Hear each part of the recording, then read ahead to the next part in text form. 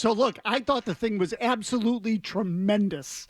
Tremendous. That third period, in fact, the last 10 minutes of the game in particular, absolutely riveting. The kind of thing you're looking for. Zadorov beating a bag out of Bennett, and then Bennett's cheap shots. He wanted another piece of him as he went off the ice. Did you see him grab Pasternak's sweater, too? What a wuss move. Help me. Yeah, help me, or like I'd rather fight you. Yeah, I'd rather fight you. Get me away from this monster. Dirtbag. That's what that was. So, look, how do you not get sort of geeked up a little bit or sort of feel that in your, gut or in your heart and your emotion, all of it? It was tremendous theater, and it's impossible not to look at the last two games and say, well, wait a minute.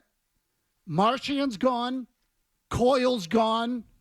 Carlo's gone. Three longtime Bruins, roughly. Okay, Coyle obviously came here by trade, but he's been with them a while now. So three longtime Bruins go out the door, and all of a sudden, overnight, they get a heartbeat. And not just a heartbeat, but a thundering heartbeat, because they have played faster and better and been way more engaged in the last two games. Go ahead. I'm sorry. Yeah, I mean, the work ethic of these last couple of games and how high energy and the compete level of them have been completely different than they were all season. And especially, it's just fair to ask in a two-game sample size, was Brad Marchand a problem player?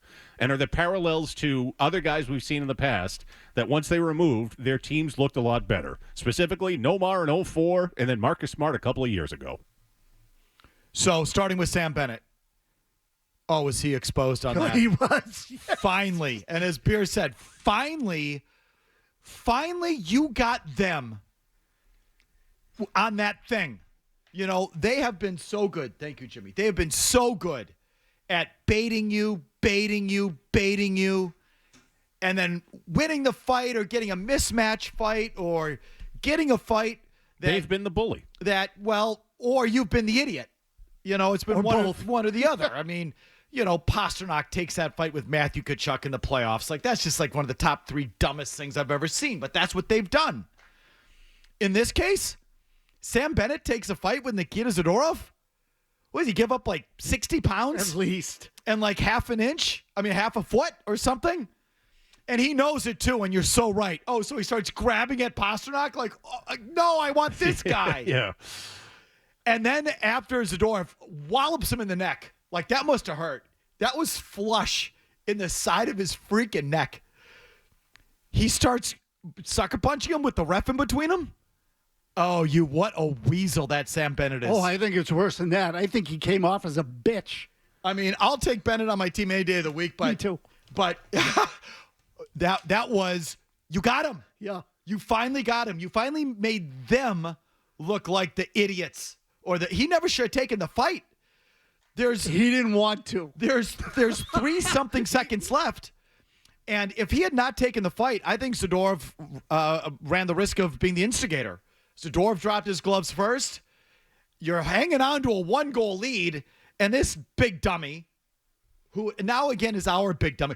Tonight was the night he became a Bruin. You know what I mean? Definitely. But still stupid. He's earlier in the period took a penalty while killing a penalty that put him on a 5-on-3 that gave Florida a 2-0 lead. So he's just, the big dumb penalties have happened all season long with him. It was about to be another one. But Bennett dropped the gloves, this idiot, and took the fight. Sorta. And got walloped across the side of the neck. And then, with the grabbing on Pasternak and the grabbing at the ref and the sucker punching at the side of the net. And then Zadorov with the crowd, and then Zadorov chirping Bennett to the bench. That was cathartic. That tremendous. Great moment. Okay, so, but where's that been? Where's that been? Good question. Is it possible, fellas, that the little Capitan, the little leader, was the turd in the punch bowl all along? Is it possible? Yes. Yeah. Of course. Yeah. Was he carrying on with unhappiness regarding his contract negotiations and was holding it against other players that got paid, specifically the goalie? Because there's been something off since day one. We've all seen it. You said it.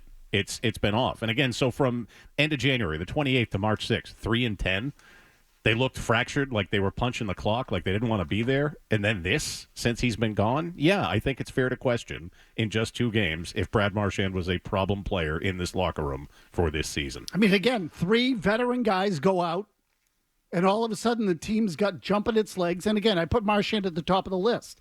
So remember years ago when Zdeno Chara used to be lauded for not allowing other players on the team to refer to players as rookies, and made a concerted effort to make sure that there was not some sort of gap between the veteran guys and the young guys.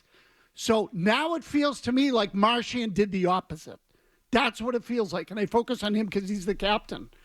I don't have any other way to read this. And I say veteran guys. Lindholm might as well be a rookie, at least on the Bruins. Same with Zadorov. They're new. So I don't know. Did Marchand divide the team or push them apart instead of bringing everybody together? Well, let's just look at it from 10,000 feet from the outside of things we could see. What were the conflicts? What were the little tension points this year? Well, Swayman in his contract with the team, but who spoke out sort of passively aggressively against Jeremy Swayman? Brad Marchand. Then we had a coach shoving a player on the bench. Who was that player? Marchand. Okay. We had a blow-up with the media where a Bruins leader was calling for a media guy here in town to be fired. Who was that? Marchand. Okay, and what was the report over? That what player and your best player were at odds and the locker room was a mess because of it? Marchand. Marchand's been in the middle of all this crap. So I don't know, you tell me. And look, I'm no big believer in Jeremy Swayman.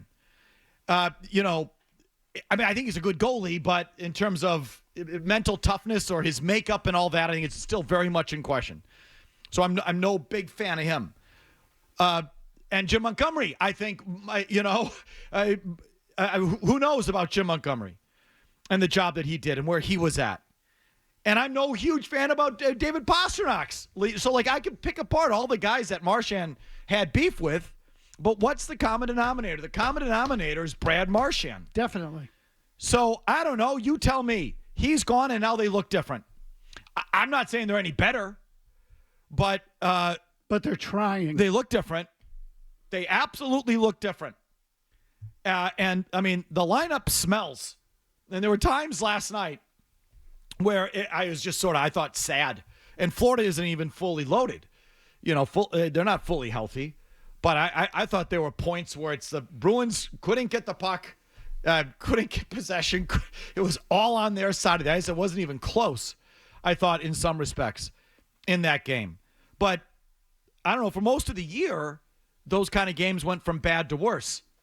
Last night they hung in there and then somehow came back against a team that is their daddy. Pushback. And wow, right after they trade Marchand and their lineup is gutted, that's when they decide to do it. Tremendous. Yeah, and again, it's pushback because your point is right. Their spine would crack or bend, just completely collapse whenever they faced adversity during the season. Now in the last couple of games, they're pushing back. They keep coming. So, the whole sort of makeup of the team has changed. And I'm glad you mentioned Swayman. His save percentage in the last 2 games, .962, I think it is. At least that's right. I think I put that in the email. Yeah. A .962. It's the best he's looked all season. I mean, the first goal last night, that one was bad. Well, and he got lucky a little bit in the last game. They hit 4 posts, but he did make that ridiculous stick save that, was making the rounds everywhere where the puck then clicked off the crossbar, I think it was, or high on the post. But still, whatever. He kept it out of the net. At the end of the day, the numbers are what they are. So all of a sudden, he's woken up. Or he's just happy or comfortable, or it's like, he's one of these people that these goalies you can tell probably needs the Goldilocks zone. Everything needs to be just right. And now that a guy that's been a pain in the ass to him maybe this whole season is gone, it's just right for the goalie. This is not a final statement. This is not the final analysis. We have a show to do today. But is it? So we'll see how it shakes out, right? Yes, of course. And, this happens in sports from time to time. Your best player goes down with injury. A good player gets traded. All of a sudden, for no reason that you can put your finger on, the team sort of responds and they play above themselves.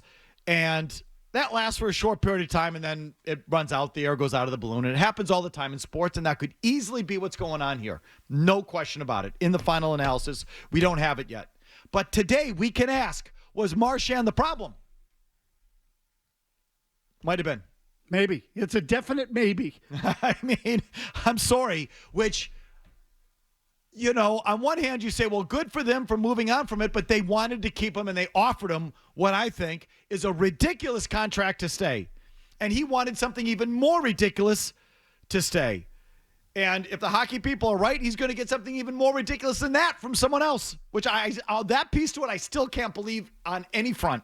I can't believe the Bruins offered 3 times 6. I can't believe he wanted 3 times 7.5.